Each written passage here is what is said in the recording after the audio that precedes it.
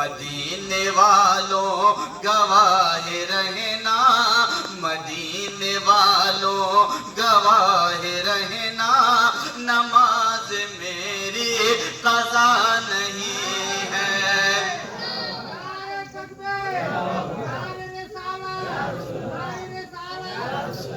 حسین جیسا شہید اعظم جہاں میں کوئی ہوا نہیں ہے۔ اور یہ آخری شعر آپ کی محبتوں کی نظر کرتا ہوں، محبت سے بولیے سبحان اللہ۔ پکارے عباس اے سکینہ، میں پانی لاؤں گا خوب پینا۔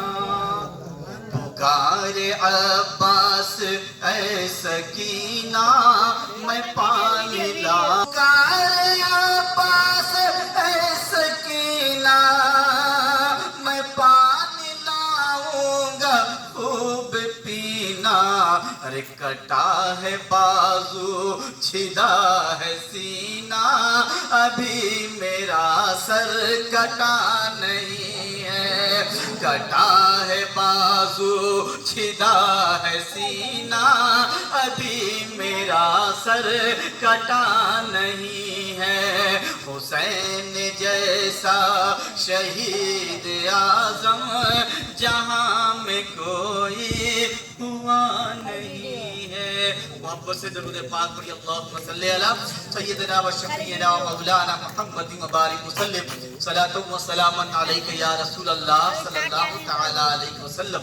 میرے پیارے آقا صلی اللہ تعالی علیہ وسلم کے پیارے دیوانوں، یہ ماہ محرم الحرام کے محفل پاک میں ذکر امام حسین کی محفل سجا کر کے جو ہم یہاں پر بیٹھے ہوئے ہیں، یہ ایک سال کی بات نہیں، ہر سال کی بات ہے۔ ایک زمانے کی نہیں، ہر زمانے کی بات ہے۔ یہ ایک وقت کی بات نہیں، ہر وقت کی بات ہے۔ یہ ایک سال کی بات نہیں، ہر سال کی بات ہے۔ یہ ایک دور کی نہیں، ہر دور کی بات ہے کہ اللہ اکبر، جب یہ ماہ مقدس آتا ہے، ماہ محرم الحرام کا مہینہ آتا ہے، امام حسین کے دیوانے، امام حسین کے متوالے، امام حسین سے عشق رکھنے والے، امام حسین کے ذکر کو اپنے سینے میں بسانے والے، امام حسین کی بارگاہ میں خراج عقیدت پیش کرنے والے، امام حسین کا تذکرہ ہر سال سنتے بھی ہیں اور سناتے بھی ہیں، لیکن آج تک کسی سے یہ آپ نے نہ سنا ہوگا۔ یہ ہر وقت ہر سال ہم یہی تذکرہ سنتے ہیں، اس سال کچھ دوسرا سنا دیا جائے۔ ہر سال کی تمنا یہی ہوتی ہے، سال گزر جاتے ہیں، ذکر ختم ہوتا ہے، لیکن یادیں ختم نہیں ہوتی، چاہتیں ختم نہیں ہوتی، محبتیں ختم نہیں ہوتی ہے۔ ہر سال وہی دن آتا ہے، ہر سال ہم امام حسین کے تذکرے کرتے نظر آتے ہیں۔ دنیا کی کہانی ہوتی ہے، دنیا کی داستان ہوتی ہے، ایک بار انسان سنتا ہے، دوسرے دن سننے کی طبیعت نہیں کرتی۔ ایک واقعہ ایک بار سن لیتا ہے، دنیا کی داستان پھر دوبارہ سننے کا دل نہیں کرتا، دوبارہ سن لیتا ہے تو تیسری دفعہ سننے کو نہیں جی کرتا۔ لیکن کیا بات ہے، کیا مرکز ہے، کیا بات ہے، کیا عقیدت ہے، کیا محبت ہے، کیا چاہتی ہے، کیا لگاؤ ہے کہ ہر سال امام حسین کا تذکرہ ہوتا ہے، ہم اسی محبت کے ساتھ سنتے بھی ہیں اور سناتے بھی نظر آتے ہیں۔ اللہ اکبر، آپ میں سے کسی نے یہ نہیں کہا ہوگا یہ تذکرہ پرانا ہو گیا، نہیں کہتا یہ جو واقعہ پرانا ہو گیا، یہ کہانی پرانی ہو گئی۔ ایسا محسوس ہوتا ہے، لگتا ہے جتنی بار سنو یہ نیا ہی اپنا زمانہ دکھلاتا ہے، نیا رنگ دکھلاتا ہے، نئی چاہت دکھلاتا ہے، نیا جذبہ دکھلاتا ہے، نیا حوصلہ دکھلاتا ہے، نئی محبت ہمارے دلوں کے اندر پیدا کرتا ہے، نیا جذبہ پیدا کرتا ہے، نیا ولولہ پیدا کرتا ہے، نیا جو ہے خون کے اندر ایک روانی پیدا کرتا ہوا نظر آتا ہے۔ اور کیوں نہ ہو، اللہ اکبر، یہ اس لیے ہے، میں آپ کو ایک مثال کے ذریعے سے بتانے کی کوشش کروں۔ آپ کے گھر میں جو ہے آپ مسلمان ہیں، صاحب ایمان ہیں، آپ نے رسول اللہ کا کلمہ پڑھا ہے، آپ کا کلمہ ہے لا الہ الا اللہ محمد رسول اللہ صلی اللہ تعالی علیہ وسلم۔ میرے پیارے آقا علیہ الصلوۃ والسلام کے پیارے دیوانوں، یہ آپ کا کلمہ ہے، آپ کے داد باپ کا کلمہ یہی تھا، آپ کے دادا کا بھی کلمہ یہی تھا، آپ کے پردادا کا بھی کلمہ یہی تھا۔ آپ میں سے کسی نے یہ نہیں سنا ہوگا یہ کلمہ پرانا ہو گیا ہے، اب اس کلمے کو تبدیل کر دیا جائے۔ نہیں نہیں، یہ کلمہ جتنی بار پڑھا جاتا ہے دل کے اندر چاشنی پیدا ہوتی ہے، ایمان کے اندر تقویت پیدا ہوتی ہے، جذبہ الہی پیدا ہوتا ہے، اللہ کی بارگاہ میں وحدت الہی کا جذبہ سرسار ہوتا نظر آتا ہے۔ ہر بار کہو اس کے اندر عقیدت بڑھتی چلی جاتی ہے۔ جو کلمہ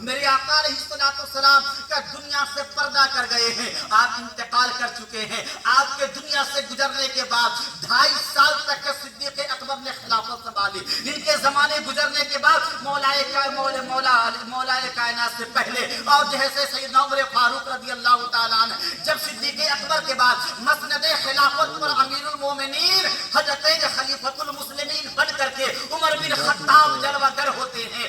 آپ جیسے امیر المومنین کے منصب پر فائز ہوتے ہیں. آپ کا بھی ایک بیٹا تھا جس کا نام عبداللہ تھا, اس کے بھی بچپن کا زمانہ ہے. امام حسین کے بچپن کا بھی زمانہ ہے. دونوں بچے آپس میں گلیوں میں کھیل رہے ہیں. مدینے کی وہ گلی ہے, مدینے کا وہ رستہ ہے, مدینے کی وہ راہیں ہیں جس راہوں پر, جس چوراہے پر حسین اعظم بھی کھیل رہے ہیں, امیر المومنین عمر فاروق کا بیٹا عبداللہ بھی کھیل رہا ہے. دونوں میں آپس میں لڑتے چلتے چلتے کھیلتے ہوئے کچھ بات بگڑ جاتی ہے. دونوں میں آپس میں تو میں ہو جاتا ہے.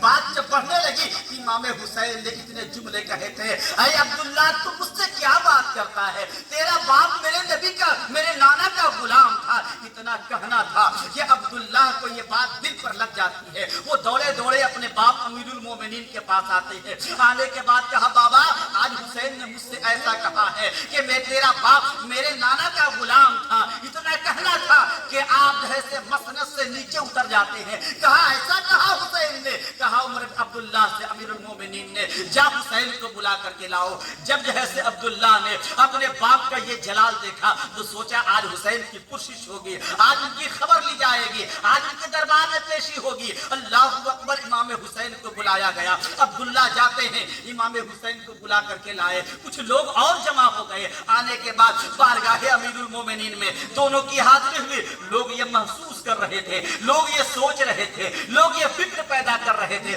لگتا ہے آج جو ہے امیر المومنین حسین کی خبر لیں گے. اللہ اکبر. لیکن جیسے ہی بارگاہ امیر المومنین میں عمر بن خطاب کے دربار میں وہ وقت کا جلیل القدر جیسے خلیفہ جس کے دربار میں حاضر دینے کے لیے بڑے بڑے شہنشاہوں کے پیر لرزتے تھے, جن کے پیر کانپا کرتے تھے, جس کی تلواروں کے سائے میں کوئی کھڑا ہونا نہیں چاہتا تھا. اللہ اکبر. اس دربار امیر المومنین کا شان کا کیا کہنا کہ کیسر و کسرا جن کے دم سے تھرتھرایا کرتی تھی اور کانپا کرتی تھی, لیکن اسی خلافت کی بارگاہ میں, اسی مسند خلافت کی بارگاہ میں امیر